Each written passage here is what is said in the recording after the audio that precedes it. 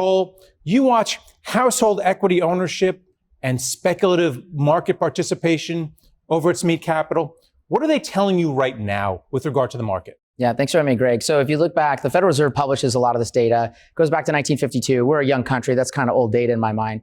So if you look back, 1969, 2000, and today are roughly the highest points of household equity ownership. The problem is that's bad for forward returns. Those were bad junctures to begin investing new in, say, the S&P 500. So I think you take that, you look at zero-day options, other things like that. We call this a degenerative market or a degen market. You know, the dumber you are, the more money you can make. And that's kind of inherently the problem. That tends to come with euphorias. But again, for the average investor, the question is, what should they do with that? It seems pretty dangerous to us. Okay, let's look ahead a little bit. You're also watching scarcity and inflation and taking into account their impact on returns going forward for the next 5, 10 years. What are they telling you now? Yeah. So if you look back at the history of government spending a lot of money, it tends to coincide with wars. In the United States case, World War I, World War II, and then COVID, the difference is we tightened our budgets a lot post World War I and World War II. We seem to have trouble doing that. Okay, so we see a lot of political wrangling about the current tax bill, for example. But what they all agree on ultimately is we're going to spend a lot of money, 7% of our GDP in deficit.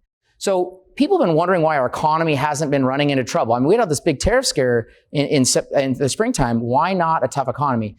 Because ultimately, we only spend this when we're coming out of deep recessions or recessions.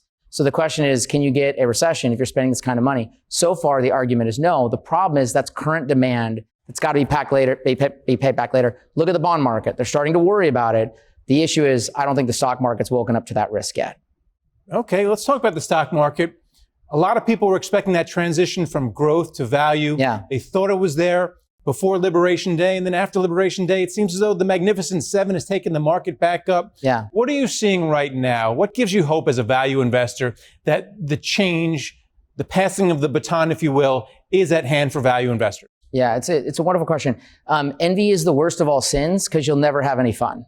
Okay, and I'll never forget that. People forget that the stock market is not a game of you versus them. It's you versus you. Who are you as an investor? How do you need to make money? How can you do that personally? And I point that out because, you know, looking at what's gone on, you're right. And there was a big explosion off the pandemic low. Value started doing well in the fall of 20. It picked up the following couple of years. If I give you a good proxy, just look at the energy business, right? It went on a 2 to 3 year run. A lot of investors ran off it in the last 2 years. It's been really poor. So how I look at that is nothing's really changed in that business. The oil price is lower, but interestingly, I think what's really driven this year is the economic fear. So Liberation Day, big, scary economic problem. Did we get a recession off it? No, I think Federal Reserve Atlanta GDP now is showing like over 4, but I just say it because like it doesn't look like we're having a recession. It doesn't look like labor's falling off. So if you add that all together, I think economic fear has been the dominant driver. Where do they not fear the economy? It's ultimately in those stocks. Now, to take you back, you've been around the business for a long time, Greg. So 2000, market peaked in March of 2000. It fell off and then made a run back to its old high in August, 5 months later. And I think people think that like a bear market starts and it just, you know it's happening. No, that's not how bear markets work. You don't know until you look back a year later and you say, holy crap, this is a bad equity market. All right, so all that taken in, talk your book. What do you like right now in terms of stocks, markets? Where are you putting money? Yeah, that's a great question. So the energy business I mentioned just a second ago, they're just incredible things. I'll use APA. APA just sold less than 5% of their Permian production to another company called Permian Resources.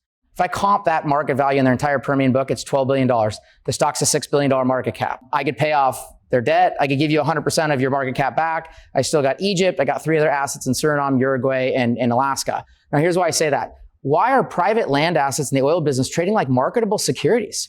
I can go out and look in the commercial office space and I can find a lot of illiquid assets that nobody wants. So why is there private market buyers in that business so interested? Beyond that, as we look at places like mall REITs, if I look at leasing spreads in the mall business, if I'm Warby Parker and I'm coming to a company like Macerich who we own and I want to get new space, guess what? I'm paying up for that space right now because when no one creates new malls for a decade, what happens to the demand? It ultimately does grow over time, but supply has stayed tight.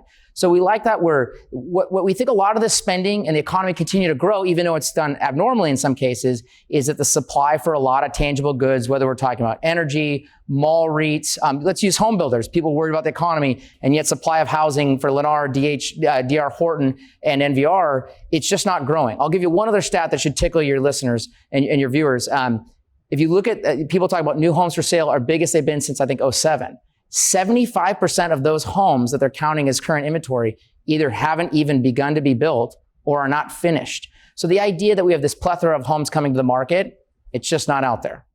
And then finally, what about international stocks? Yeah. Because I think a lot of spurned value investors kind of packed it in and just started buying stocks in Europe, and they've done awfully well.